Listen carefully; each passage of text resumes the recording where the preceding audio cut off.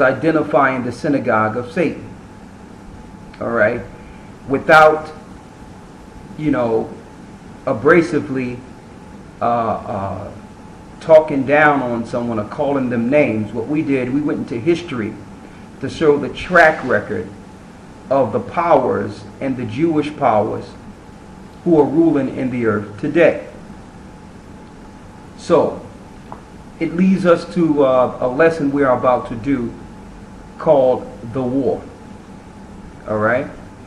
What we will attempt to do is to show you the beginning of this war according to the Bible, and show you how this impending war would actually lead to the deliverance of God's people. Now, it's called the war, and when we look at the news and see all these pretexts for so-called war, be it terrorists or terrorist activity or anything they're saying, you'll find out that those things are really a smoke screen. It's a total mirage hiding the real attack that's in the earth against God's people. Okay, there's nobody in the earth looking to blow someone up because you're dealing with a different religion.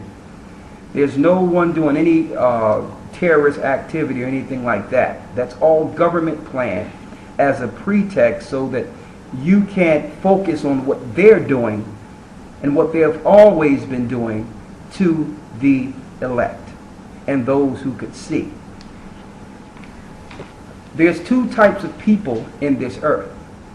There's people who care and understand and who will fight. Those are they that the powers of this earth are very afraid of. Then you have the rest, which is the 90%. The government powers have no fear of the 90% because these people are easily controlled. They have no knowledge and don't care to know. And they are in too much fear to even think about the war that's against them. So therefore, the government propaganda have worked fine and great on the 90%. So they're not looking to focus on the masses. They're looking for that small percentage who can understand and perceive and put things together to show the masses. We believe, according to the Most High, that we were born in this day and time to bring forth this particular information. Now, the Bible says there's nothing new under the sun. So in order for us to understand this impending war that we've always been in, we must go into history. Let's go to Ecclesiastes in the Bible, the first chapter.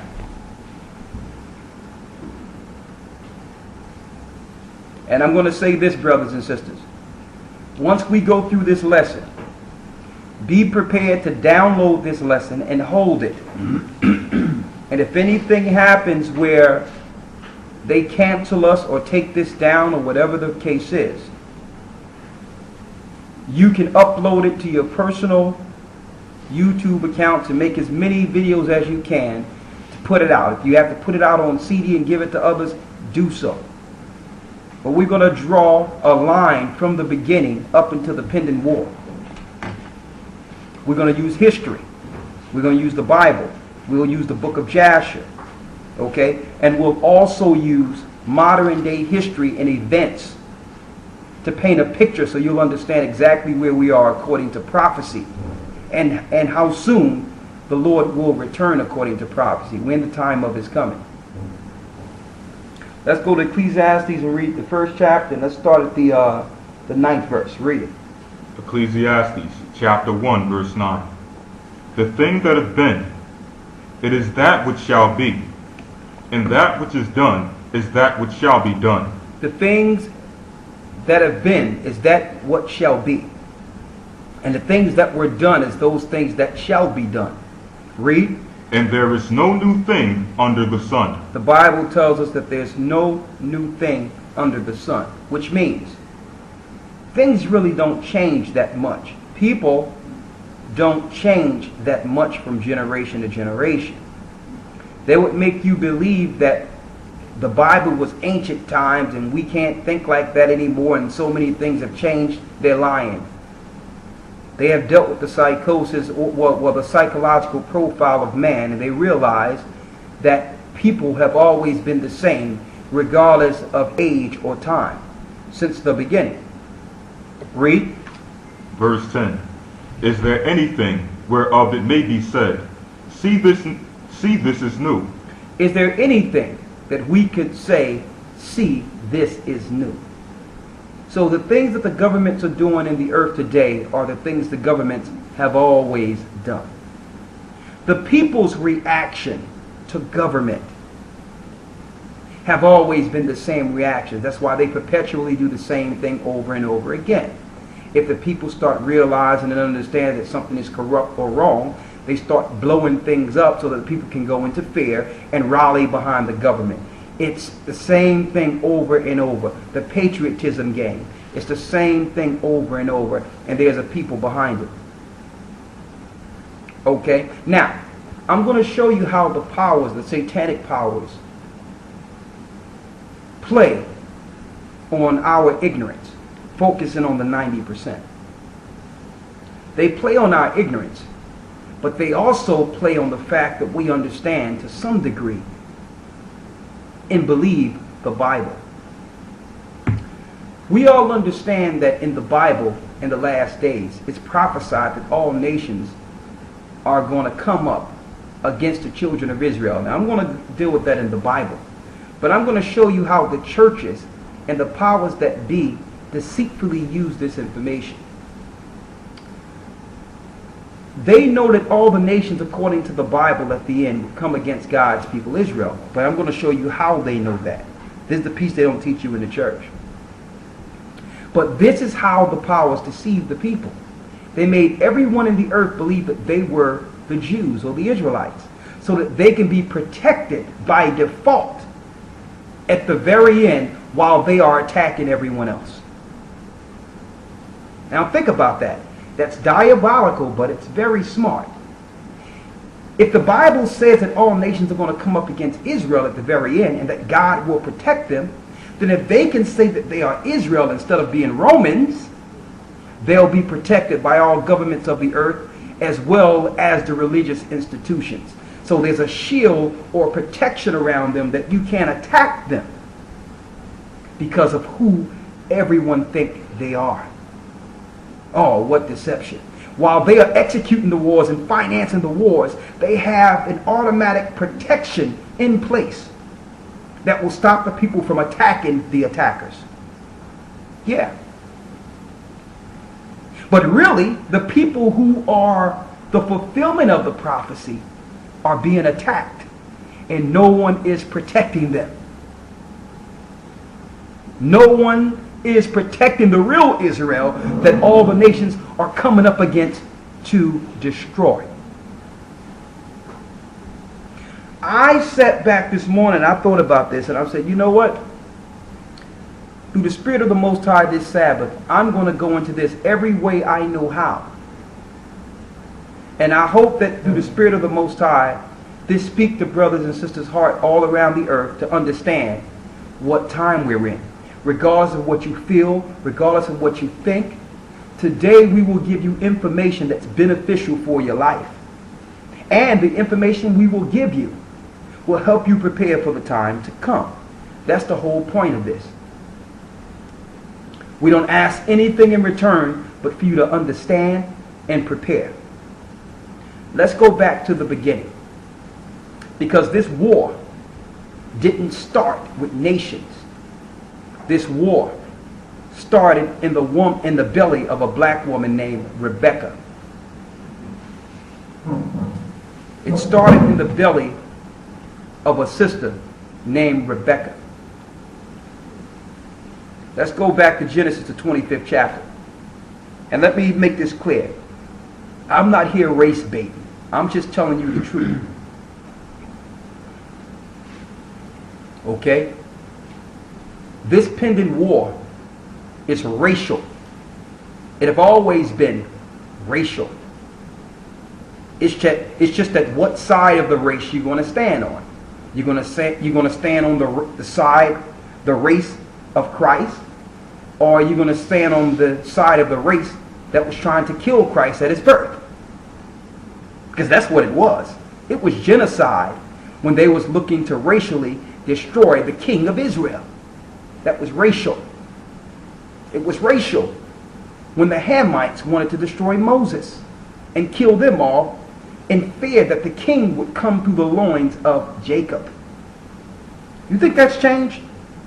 There's nothing new under the sun. They're looking to destroy Jacob today in mass genocide. That's really the plan. But if you don't know history,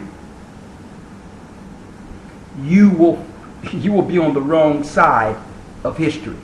Now, I'm going back to the beginning with this struggle in the womb. And I'm going to show you beyond any shadow of a doubt that that same struggle happens today.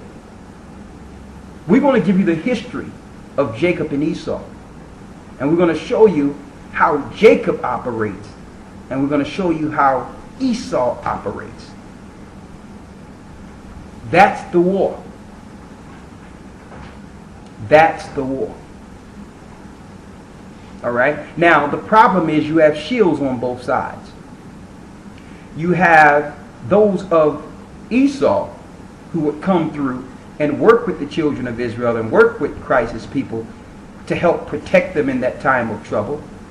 And you have some who would come and infiltrate to destroy in that time of trouble. And you have that on both sides. Even Jacob. You have Jacob who will sell their own brother out for this system. That happens in this earth. You have Jacob say, well, listen, don't worry about the Bible. Don't look at the Bible. But let me tell you, all the other nations are just players in the game. But when it's prophetic and comes to worldwide domination, there's really a war between two. Just two. Jacob and Esau. Let's go to Genesis 25. Genesis chapter 25, verse 20. And Isaac was 40 years old when he took Rebekah to wife, the daughter of Bethuel, the Syrian of Padan Aram, the sister of Laban, the Syrian. And Isaac entreated the Most High for his wife, because she was barren. And the Most High was entreated of him, and Rebekah his wife conceived. So what happened here is Isaac prayed to the Most High because regardless of how many tries, they were trying to have a child and couldn't. She was barren. So Isaac prayed to the Most High, and Rebekah became pregnant. Read. Verse 22. And the children struggled together within it. They fought in the woman's womb. What were they fighting for? They were fighting for dominion and rulership in the woman's womb. Read. And she said, if it be so, why am I thus? So if I'm blessed to have a child when I couldn't, why am I going through these unorthodox, these serious pains? Read. And she went to inquire of the Most High. So she went to pray to the Most High to get some spiritual answer. Read. Verse 23. And the Most High said unto her, 2 nations are in thy womb. And the Most High told her, there's 2 separate nationalities within you. Now, this is the first time this have ever happened in history in which you would have 2 different distinct DNA strands, 2 distinct nationalities, and one that comes from one black woman and one black man. That was unheard of, to have a separate nationality in the same womb. But that's what happened here. So the Most High says, listen, you got 2 children in your womb that's fighting against each other. They're 2 distinct nationalities. Read. And 2 manner of people shall be separated from thy bowels. 2 distinct people shall be separated from birth. That means these children will not be able to coexist without fighting. Read. And the one people shall be stronger than the other people. You would have one people who would be physically stronger than the other people.